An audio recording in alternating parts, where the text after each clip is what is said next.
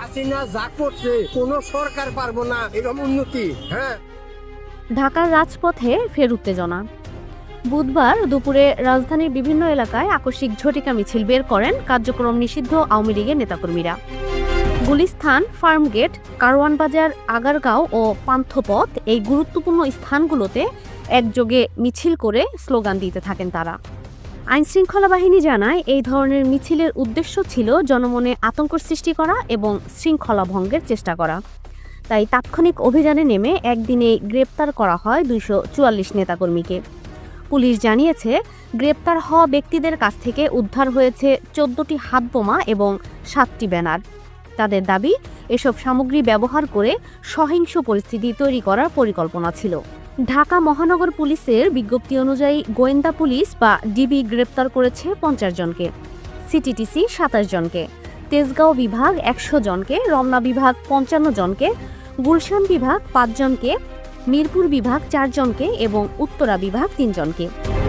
বিকেলে সংবাদ সম্মেলনে ডিএমপির অতিরিক্ত কমিশনার এস.এন. নজরুল ইসলাম বলেন, শুধু মিছিলে অংশগ্রহণকারীরা নয়, বরং তাদের অর্থ যোগানদাতা, আশ্রয়দাতা এবং কর্মী সংগ্রাহকদের তথ্য খুঁজে বের করার চেষ্টা চলছে। তিনি আরও জানান, কার্যক্রম নিষিদ্ধ সংগঠনের যে কোনো কার্যক্রম দমন করতে আইনশৃঙ্খলা বাহিনীর অভিযান অব্যাহত থাকবে। এরই ধারাবাহিকতায় গত কয়েক সপ্তাহে প্রায় 5 শতাধিক নেতাকর্মীকে গ্রেপ্তার করা হয়েছে। তবে একদিনে 2.5 শতাধিক নেতাকর্মী ধরা পড়ায় দলের ভেতরে ক্ষোভ সৃষ্টি হয়েছে। অভিযোগ উঠেছে, টেলিগ্রাম গ্রুপে মিছিলের পরিকল্পনা করা হলেও দলের ভেতরের কেউ কেউ এই তথ্য ফাঁস করছেন। ফলে পুলিশ আগে থেকেই সতর্ক হয়ে প্রস্তুতি নেয়।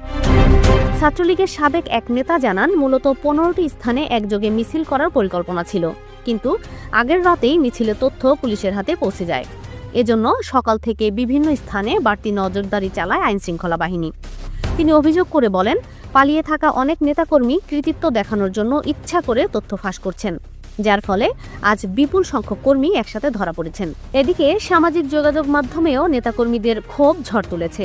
কেউ কেউ লিখেছেন, ভেতরের বিশ্বাসঘাতকতার কারণেই প্রতিটি কর্মসূচি ব্যর্থ হচ্ছে। অন্যদিকে স্বরাষ্ট্র উপদেষ্টা জাহাঙ্গীর আলম চৌধুরী জানিয়েছেন, গ্রেপ্তার হওয়া নেতাকর্মীরা যাতে সহজে জামিন না পান সে ব্যাপারে উদ্যোগ নেওয়া হচ্ছে। চট্টগ্রামে এক সভা শেষে তিনি বলেন, নির্বাচন ঘনিয়ে এলে আরও অনেক মিছিল হবে, তবে সেগুলো নিয়ন্ত্রণে রাখতে সরকারের পরিকল্পনা রয়েছে।